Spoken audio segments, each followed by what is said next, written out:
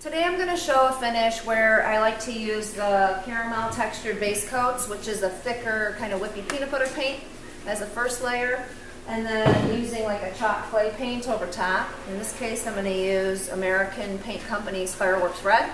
So we'll get a finish kind of similar to this red one. This is over putty, not parchment. The parchment will be a little creamier.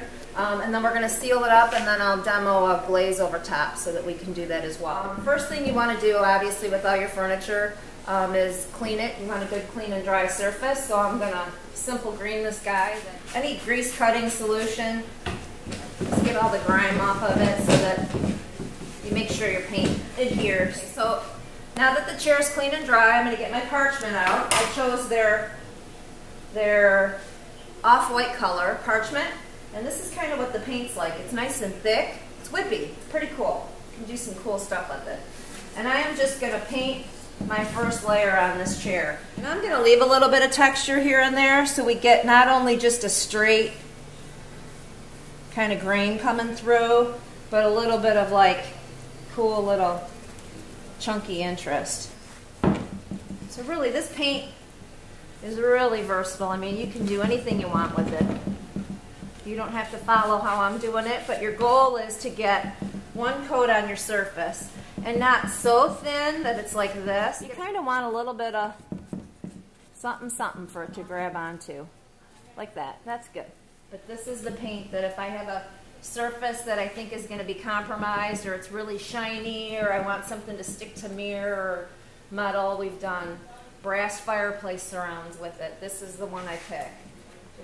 Okay, so now our chair is dry, and I would go with putting the red on, except what I want to do, just to show you one other thing, is I'm going to take a stencil,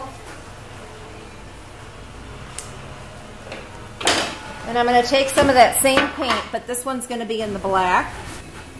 Okay, so I have my stencil where I want it. I just eyeballed it. I'm not going to get the tape measure out. And I'm using just like a thin, bendy credit card. And take some of your paint. You don't have to sticky it down, and just kind of float over your stencil. Try not to fiddle. I tell people in my workshops, fight the urge to fiddle.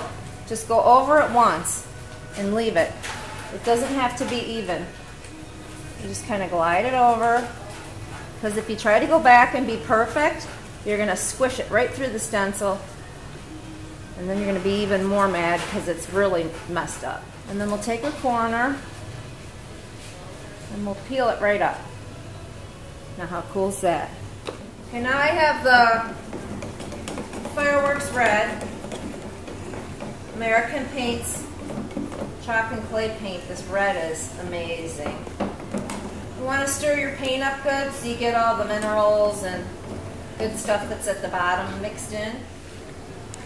And I have a little bit of water handy as well in case I need to move the red a little bit. The red covers so nicely. Some of the colors are really dense that I can even get a little bit of water to glide it out better.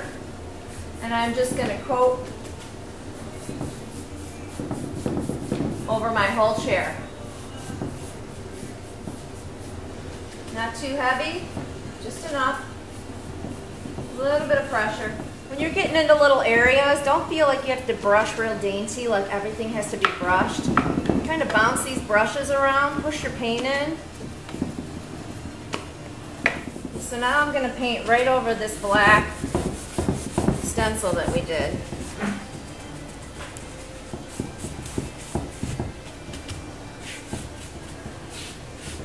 Okay, so now our chair's dry.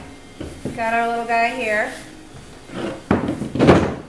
And I'm going to take a 150 sandpaper. Usually when I sand my chalk and clay, because I like to sand it because I like how it smooths it out, I use a 180 grit. When I'm going over the texture, it just goes quicker if I use like a 150 grit. And I'm just going to give it a sand. Now here's the part where it becomes your own creativity.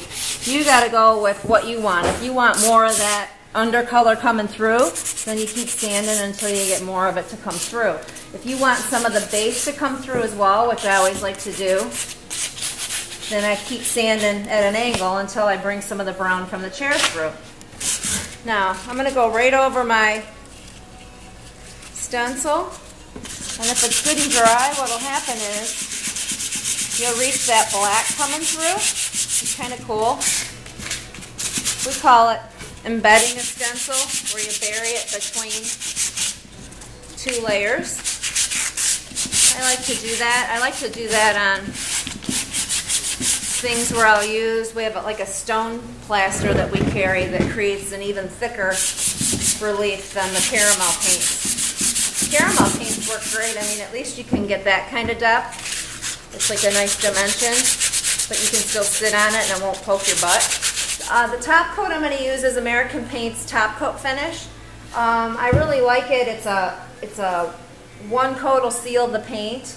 I like that it's real watery. It's like washing water on. And you just need to get a nice seal on that paint. Now the nice thing about it is, where you brush your top coat, you can see where you're going because the paint will come back to its color. Your chalk and clay paints need to be sealed. They need some type of sealer on them. Otherwise you could just take a wet rag and wipe that paint right off. I'm going to demonstrate doing a glaze over this chair too. Because the top coat was the chalk and clay base paint, I like to seal that paint up first before I do a glaze. And we sealed it using the top coat finish. So the chair is sealed, it's all ready to go. I would wait, you know, if I top coated today, I would do the glaze tomorrow. I'm going to use Caromal Colours Tea Glaze. It's a warmer light brown. It's real easy to use. It'll just give a subtle color. You don't have to paint it on all dainty like this. That takes too long. Just push it around, get it on.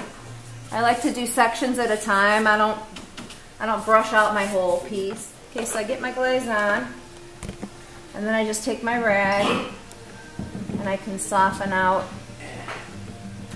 Hopefully this was a helpful video. I wanted to share this one because I really like comboing the paints. I think it's a great way to give some alternative looks.